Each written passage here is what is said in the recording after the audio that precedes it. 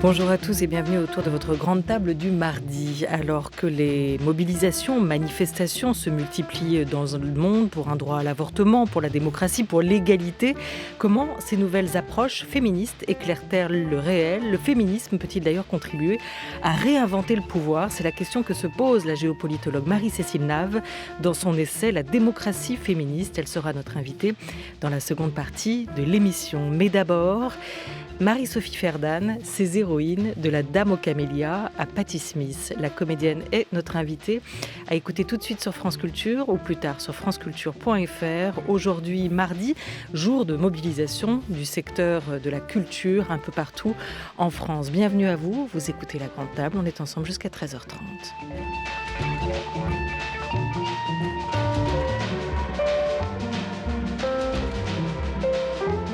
La Grande Table, Olivia Gesbert. Je voulais pas être une chanteuse de rock. Je voulais pas faire une carrière dans le business, dans le showbiz. C'est pas ça que je voulais. Alors c'est la dernière fois que je chante My Generation parce que vous n'êtes plus ma génération. Moi je vous connais pas, vous me connaissez pas. Alors c'est le dernier concert. Fred le sait, moi aussi je le sais. Je suis désolée, mais c'est pas triste. C'est pas ça qui est triste. Moi, j'aime la vie. Et la vie, c'est la joie. C'est la grâce. Jimi Hendrix est mort il y a 10 ans. Brian Jones est mort il y a 9 ans. Janis Joplin, il y a 9 ans aussi. D'autres voyages m'appellent. No time to die.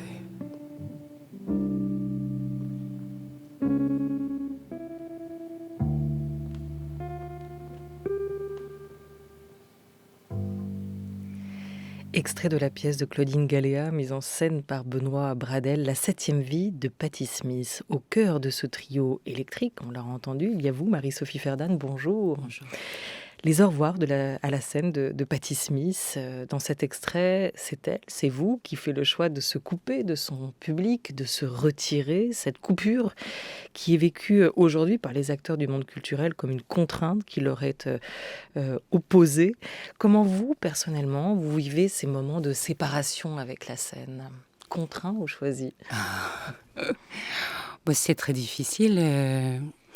C'est très difficile de ne pas jouer, de ne pas rencontrer le public. On se rend compte que c'est pas une activité solitaire de jouer, que c'est pas une chose qui peut s'exercer seule comme d'autres arts le peuvent. On a besoin de s'adresser à quelqu'un et d'être entendu par quelqu'un. Et c'est drôle que vous ayez choisi cet extrait parce qu'il est quand même pas très joyeux, mais il raconte cette femme qui, au moment le plus éclatant de sa carrière, alors qu'elle est devant 80 000 personnes à Bologne, décide d'arrêter parce qu'elle n'arrive plus à trouver le chemin pour s'adresser aux gens. Elle pense que la poésie qu'elle veut transférer, elle parle de Pasolini, de Rimbaud, elle n'arrivera pas à la donner parce qu'il y a trop de bruit et que les gens viennent consommer sa musique et plus écouter la jeune femme un peu inquiète qu'elle était 10 ans auparavant, quand elle rentrait dans des églises vides pour chanter ses poèmes, accompagnée de son guitariste, que le chemin était trop violent entre la solitude des débuts et puis devenir une rockstar, une chose de masse, où elle a perdu le sens de ce qu'elle faisait. Et c'est un peu ironique d'entendre ça aujourd'hui, parce que nous, on aimerait bien retrouver, même pour 10, pour 20, pour 30 personnes, retrouver quelques personnes à qui parler, et on ne peut plus. Il y a 2 ans, quand on la recevait, Patti Smith, à l'occasion de la sortie de son livre Dévotion, elle disait « J'ai toujours écrit et je me considère plus comme une écrivaine que comme une musicienne ». C'est peut-être son grand malheur d'ailleurs, c'est que pour beaucoup, elle est Elle est une rockstar, en fait, Mhm. Patti Smith. Et elle est associée à cette génération-là, à cette scène musicale-là, américaine, à cette époque-là. Elle se considère d'abord, avant tout, comme écrivaine, mais aussi comme poète. Elle a une passion vraiment pour la poésie. Vous, Marie-Sophie Ferdan, vous êtes toujours sentie à votre place sur une scène, ou est-ce qu'il a fallu du temps avant de la trouver, cette place-là, de vous sentir vraiment bien et vous-même là où vous êtes? Ah. Disons que j'ai mis longtemps à trouver le chemin de la scène, puisque j'ai commencé par prendre un autre chemin, celui de la littérature, des livres, et que par hasard, ou bon, peut-être que rien n'est un hasard, un jour je me suis retrouvée sur scène à pouvoir dire ces textes que je lisais seule dans ma chambre, et ça a été comme comme une oui, comme une illumination, comme une révélation, le sentiment que en fait, la poésie vibre plus fort quand on est capable de la donner pour les autres, quand quelqu'un est en face de vous et peut la recevoir, et que cette pratique un peu singulière et trop solitaire se décuplait quand il y avait quelqu'un pour l'entendre. Donc moi, j'ai mis du temps à trouver, et je cherche encore. Je ne crois pas qu'on puisse arriver à un endroit et s'y sentir satisfait une fois pour toutes. C'est tout le chemin de la vie d'essayer des nouveaux endroits, et le parcours de cette femme, c'est drôle que vous disiez, elle est connue pour son rock et pas pour ses poèmes, parce qu'elle a commencé comme ça, et que moi je l'aime aussi pour ça, pour le chemin qu'elle fait à travers les poètes, et notamment les poètes français. On sait que quand elle avait 17 ans, elle est venue avec sa sœur à Charleville-Mézières pour se recueillir sur la tombe de Rimbaud, qu'elle continue d'honorer les poètes, et notamment les poètes français, qu'elle est allée se recueillir pour Jean Genet, ramener de la terre du Bagne, qu'elle voue un culte à ces poètes qui sont plus trop célébrés partout, et que elle est à la fois, peut-être qu'elle est si vibrante sur scène parce que c'est pas juste du son qu'elle envoie, mais aussi un sens très puissant, très très très mystique. Et d'ailleurs, dans la suite de cet entretien, elle disait que pour elle, la discipline la plus importante, c'était l'écriture, mais qu'elle se considérait avant tout, sur scène, comme une performeuse. Donc que ce soit pour de la poésie, que ce soit pour déclamer, que ce soit pour chanter, elle avait inclus la performance aussi dans sa manière d'être sur scène. Hein. Ça fait partie du jeu, et ça, je trouve que c'est assez présent, non, dans ce spectacle, La 7e vie de Patti Smith, mise en scène par Benoît Bradel, dans lequel vous êtes, vous, Marie-Sophie Ferdan, cette idée de performance, plus que de jeu.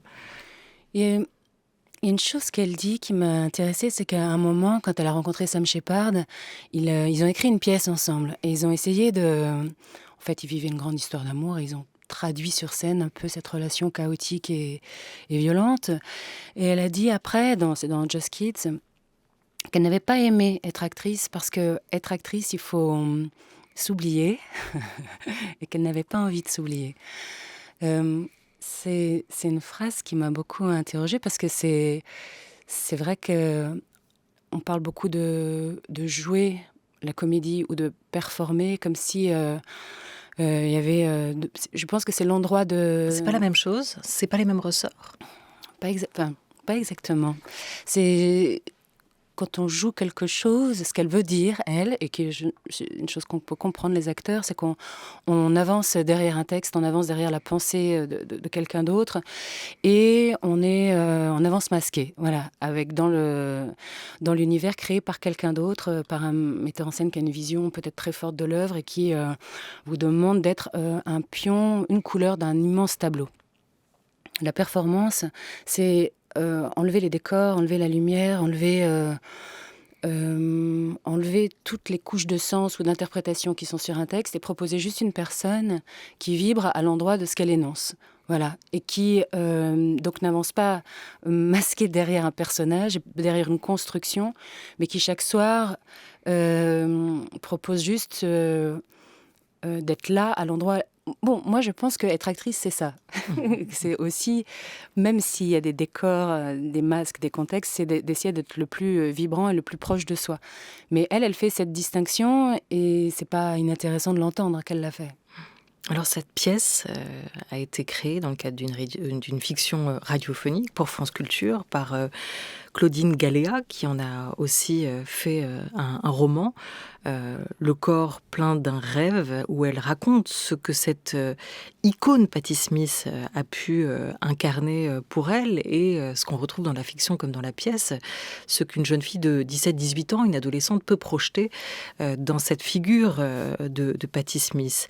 Elle dit que cette chose aussi intéressante, c'est qu'en découvrant la vie de Patti Smith, Claudine Galéa, elle a rencontré quelqu'un qui aimait effectivement Rimbaud d'un côté, mais aussi Bach comme elle, et qui avait des passions multiples pour des arts et une palette extrêmement large. Et elle a surtout été saisie par la puissance et la liberté de cette femme, qui s'incarne quand même dans un corps qui est très particulier, dont vous vous rendez compte aussi sur scène, ce corps très androgyne, d'où le titre de son livre, Le corps plein d'un rêve, ce corps presque non-genré, comme elle le dit.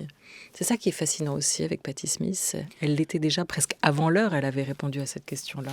Oui, puis elle proposait un modèle nouveau pour des jeunes filles qui avaient l'habitude d'avoir des références féminines très sexuées, très modélisées par le regard d'un homme, avec maquillage, talons aiguilles, robe moulante et tout ce qu'on jugeait à l'époque nécessaire pour séduire. Et Patti arrive avec, non pas, je pense, la volonté de déconstruire une image trop féministe ou apprêtée, mais simplement parce qu'elle est dans une énergie, parce qu'elle ne s'en soucie pas, d'abord qu'elle essaye d'être brute, presque brutale dans sa façon de se présenter au monde.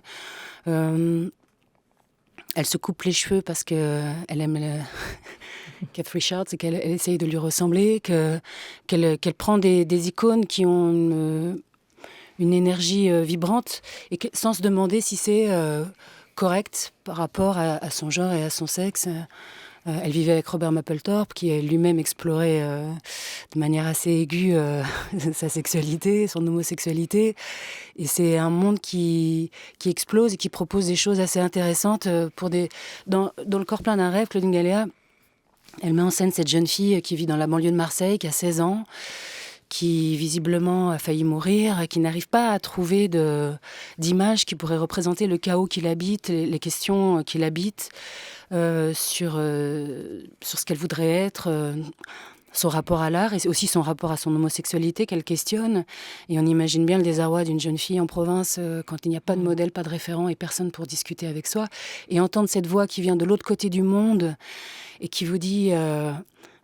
fonce, attaque, sois qui tu es, et avec cette violence et cette absence de limites et de préjugés, c'est salvateur, c'est comme un électrochoc, et puis ça vous marque pour toute la vie, parce que ça vous donne la possibilité de le vivre. D'autres l'ont fait avant vous, alors vous pouvez avancer sur ces pas-là. À défaut de pouvoir vous voir sur scène incarner dans cette pièce la 7e vie de Patti Smith, ces deux personnages, Marie-Sophie Ferdan, est-ce que vous pouvez choisir entre performance ou jeu, nous lire un texte à la manière choisie pour vous? Et ce sera, je crois, une lecture d'un texte, d'une chanson, enfin, ou alors un chant même, je sais pas, que Patti Smith a écrit pour Janis Joplin. En réfléchissant à ce que je pouvais lire pour votre émission, il y a dans le spectacle un texte, une chanson que Patti a écrite pour Janis Joplin, qui s'appelle Work Song. Mais Janis n'aura pas le temps de la chanter parce qu'elle meurt juste avant d'une overdose au Chelsea Hotel, à l'endroit où habitait aussi Patti. Et dans le spectacle, je donnais d'abord le sens du texte. Alors si vous voulez bien, je vais le faire. Il n'y a pas de traduction qui existe de cette chanson parce qu'elle est rarement chantée. Mais je vais vous la traduire comme on la traduit normalement. Work Song. J'ai travaillé très dur pour montrer au monde de quoi j'étais capable. Et je pense que j'ai jamais rêvé que je devais le faire. Oh, comme j'aime rire quand la foule rit, quand l'amour déborde d'un théâtre ou d'une salle de concert qui est pleine. Mais oh bébé, quand la foule rentre chez elle ou rentre à la maison, que je me retourne et que je me rends compte que je suis seule, je peux pas croire que je dois l'être autant, je peux pas croire Je peux pas croire que je dois te sacrifier.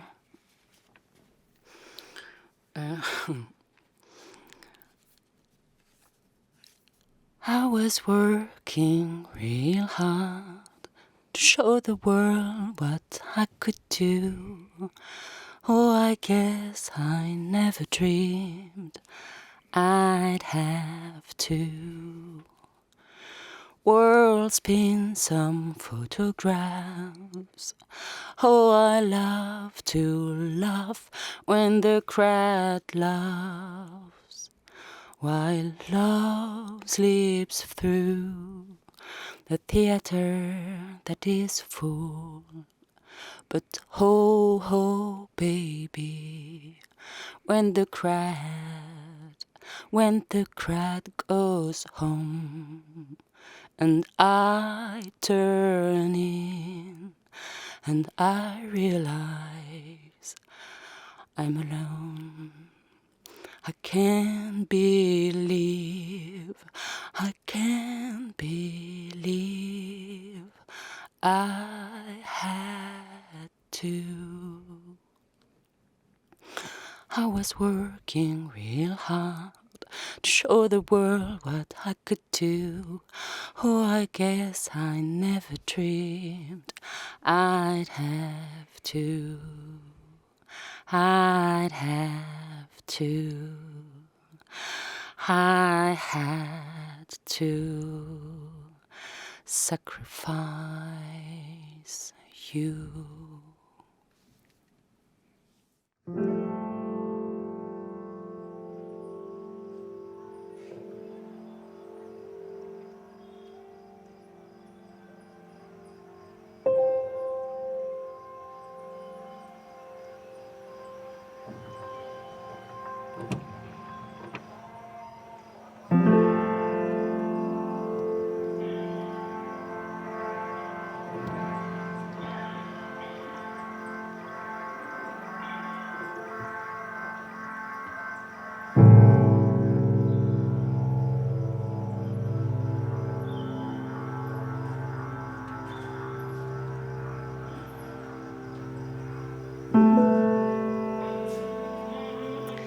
Sandwalk, collectif de Patti Smith, Mama Love. Voilà, intitulé la maison de Rimbaud avec Philip Glass, le compositeur. Philip Glass, c'était les mots de Patti Smith que vous avez fait résonner, adresser à Janis Joplin. Merci, Marie-Sophie Ferdan. Vous n'avez pas choisi la facilité, quand même. Chanter a cappella en direct. Normalement, il y a Seb Martel et Thomas Fernier qui sont avec moi, qui sont les guitaristes. Oui. Incroyable. Mais là, vous êtes toute seule. Et il me manque, vous me manquez, les gars. Marie-Sophie Ferdan, on a pu vous voir par ailleurs dans Mes frères de Pascal Rimbert, mise en scène par Arthur Nosiciel. Vous allez bientôt prendre la direction des répétitions pour Dissection d'une chute de neige, un texte de la Suédoise Sarah Stridsberg, mise en scène par Christophe Rauque sur la figure de la reine Christine, qui se jouera, si tout va bien, en mars 2021 au Théâtre du Nord. Point commun entre toutes ces héroïnes, c'est-à-dire de Patti Smith, c'est-à-dire de la Dame aux camélias que vous avez magnifiquement interprétée précédemment, et peut-être cette nouvelle figure que vous allez retrouver, celle de la reine Christine, repensée par cette écrivaine qu'est Sarah Stridsberg. Point commun, c'est l'anticonformisme à vos yeux? C'est la liberté. C'est la volonté de se définir par sa pensée, ses émotions, et non par ce que la société pense que vous devez faire. Donc, bien sûr, ça prend la forme d'un anticonformisme, mais c'est pas une volonté de provoquer, je pense pas. C'est la volonté désespérée d'être libre et d'essayer, dans le peu de temps qui nous est donné, d'expérimenter toutes les facettes de l'existence et pas le peu qu'on voudrait qu'on traverse. Parce que dès qu'on définit pour vous un mode d'emploi de la vie, on vous empêche d'aller à l'aventure de ce que pourrait être la vie. Et ça, ce n'est ni féminin ni masculin. On peut imaginer que c'est une quête assez universelle. C'est d'ailleurs la romancière suédoise Sarah Stridsberg qui dit, elle disait ça il y a quelques années dans un entretien à l'occasion de la sortie de Darling River. Elle est aussi l'auteur de La Faculté des rêves, que Christophe Rauque a également mise en scène. Elle disait, la littérature est un papillon qui n'a pas de sexe. Rien qui l'horrifie plus que de lui dire qu'elle l'écrit comme une femme ou qu'elle fait une littérature littérature féminine ou féminisme, pour elle, l'art en général n'a ni genre, ni frontières, ni couleur de peau. Il se pratique avec une forme de subjectivité, une forme de passion, mais qui ne peut pas être étiquetée. Mais la figure qu'elle décrit, là, cette fille roi ou reine garçon, ce qui est intéressant, je trouve, évidemment, elle ne prend pas ce sujet par hasard, c'est qu'au XVIIe siècle, une femme de 20 ans a réussi à régner, à imposer la paix et à avoir une puissance de pensée qui a estomaqué l'Europe entière. Et des fois, on a tendance forcément, quand on traverse aujourd'hui cette période où le féminisme trouve 1000 façons de s'exprimer et de rebondir. Et on nous dit que c'est un sujet nouveau. Et quand, au XVIIe siècle, cette femme-là arrive à révolutionner le monde du pouvoir, qui n'était quand même pas une mince affaire vu la violence des guerres qui s'y menaient, elle a fait venir Descartes dans sa cour et elle l'a même... elle le réveillait tous les matins à 5 heures pour lui donner des leçons de philosophie. Elle a fait venir des grands philosophes et des gens, des artistes du monde entier. Cette curiosité, cet appétit de connaître, c'était bien celui d'un être hors norme, et ni d'un homme ni d'une femme. Et c'était sa tragédie, c'est qu'elle n'arrivait pas à rentrer dans le moule qu'on lui prescrivait. On lui disait, il faut que vous vous mariez, puisqu'une reine se marie, obéit à un homme et surtout enfante pour transmettre le pouvoir. Et elle a fait l'inverse. Elle a renoncé au pouvoir pour aller vivre sa vie telle qu'elle l'entendait au milieu des arts et puis au milieu des femmes, parce qu'elle était bisexuelle et avait envie de mener sa vie à sa guise. Mais ça remonte quand même au temps de Descartes. On a oublié tout ça. La société est dont étrange. Elle était très proche, d'ailleurs. Elle aimait la compagnie des philosophes et des penseurs. Oui. Il y a un autre portrait de femme qui paraît en ce moment, c'est celui de Marie-Thérèse d'Autriche par Elisabeth Badinter. C'est étonnant de revoir à travers l'histoire ces grandes figures qu'on a un peu marginalisées, mais ces grandes figures féminines qui vivaient aussi leur féminité d'une manière ou d'une autre, mais qui transgressaient quelque part les codes qu'on pouvait attendre d'eux sans pour autant revendiquer cela. Pour boucler la boucle, il va y avoir un Conan la barbare de Bertrand Mandico. Là, ça va être un projet assez hybride entre théâtre et cinéma, dont vous allez vous aussi vous saisir. Il a choisi de féminiser ce personnage qui pourtant est débordant alors c'est même plus de la virilité, de testostérone à ce niveau-là, Conan le barbare. Pourquoi ? À quoi joue-t-il Bertrand Mandico avec ce Conan la barbare ? Je trouve qu'il est audacieux de reprendre... Je trouve qu'il est libre. Justement, c'est la même chose de déconstruire l'image qu'on a d'une féminité. En plus, là où il est audacieux, c'est Conan à tous les âges. Donc, on commence Conan enfant, puis 10 ans, 20 ans, 30 ans, 40 ans, 50 ans. Et chaque tranche d'âge va être interprétée par une actrice différente pour montrer à quel point c'est complexe d'être humain. Et être une femme n'est pas moins complexe que d'être un homme. Et cette violence qu'on a en nous... elle n'est pas genrée, elle existe bel et bien, et je trouve ça très intéressant de vouloir la porter à son paroxysme, même dans ce que ça peut avoir d'un peu drôle, parce que c'est presque drôle de voir ce déferlement de sang et de muscles, et de se dire, et si c'était des femmes qui avaient eu cette violence, qu'est-ce qu'on en ferait ? Je suis très impatiente de le rencontrer, de travailler avec lui aussi. À quelques jours de Noël, après le français Chassol, c'est au tour du Canadien Chili Gonzalez de nous régaler avec ses standards de Noël revisités.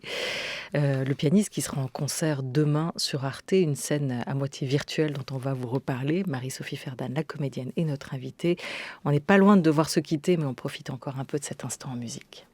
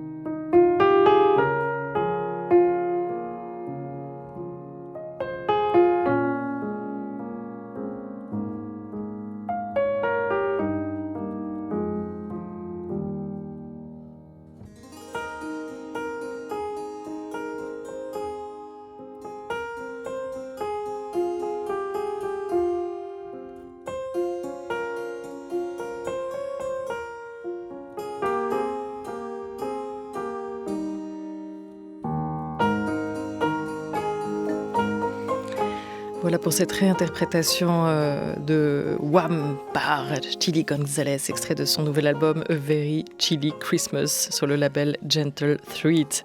Il sera donc en concert demain sur Arte Concert, sur la plateforme, un concert semi-virtuel. Lui qui se réjouissait de jouer récemment au Bataclan pour nos confrères de France Inter, ici avec Radio France, devant un public de 4 techniciens, 3 journalistes, 2 chats, 4 plantes et un barman. C'est génial, disait-il, parce que c'est déjà plus grand que de devoir jouer devant personne. Il racontait sa difficulté à vivre les live streams en disant que c'était pas du tout pareil. C'est sûr que c'est au théâtre comme sur scène pour un chanteur, Marie-Sophie Ferdan, c'est pas simple de jouer juste devant une caméra, même si on sait que de l'autre côté de l'écran, il y aura du monde. Et pourtant, les professionnels de la culture, vous tous, metteurs en scène, comédiens, techniciens, vous avez dû quand même depuis plusieurs semaines, plusieurs mois, vous réadapter, apprendre à diffuser votre savoir qu'est la culture autrement. Il va y avoir aujourd'hui quand même une grande journée de mobilisation du milieu contre la fermeture prolongée des lieux de culture. Il y a aussi cette initiative parallèle de Charles Berling qui a déposé un recours référé liberté pour contester la décision du gouvernement devant le Conseil d'État de fermer les lieux de spectacle, les lieux de culture. Il était à notre micro, il pensait à ce moment-là encore que ça allait aussi fonctionner et que les théâtres allaient pouvoir rouvrir au même titre que les grandes surfaces, que les transports et évidemment que les lieux de culte. Est-ce qu'on peut vraiment faire le parallèle pour vous avec les lieux de culte d'ailleurs ? Est-ce qu'il y a une forme de communion qui se joue aussi au théâtre qui vous semble essentielle à préserver aujourd'hui ? Ah oui, moi je poserai pas l'ouverture des lieux de culte et l'ouverture des théâtres. Je trouve ça bien qu'on permette aux gens, quelle que soit leur religion, de trouver des endroits pour être moins seuls, pour trouver un peu de consolation dans cette période qui apporte tellement de solitude et de dépression. Et puis, je me dis, si l'Église a réussi à faire rouvrir certains lieux, d'augmenter la jauge, c'est bien la première fois que l'Église sera en avance sur les acteurs. Alors peut-être que nous aussi, on va réussir à faire rouvrir ces lieux, parce que c'est incompréhensible qu'on ne puisse pas permettre au lieu de la pensée, au lieu de l'émotion et de l'imaginaire d'ouvrir, et qu'on permette à des lieux d'achat de le faire. Je pense qu'un objet apporte moins de consolation qu'une pensée ou qu'un poème. Et vous irez peut-être rappeler ça, cette importance, à la fois comme lieu de consolation et lieu de communion, que sont le théâtre, la littérature, l'imaginaire, avec d'autres, à midi, à Bastille, éventuellement, à l'appel de la CGT Spectacle, à Paris, mais des manifestations ont lieu partout en France, et notamment à Lyon, à Bordeaux, à Marseille, à Toulouse et Nancy.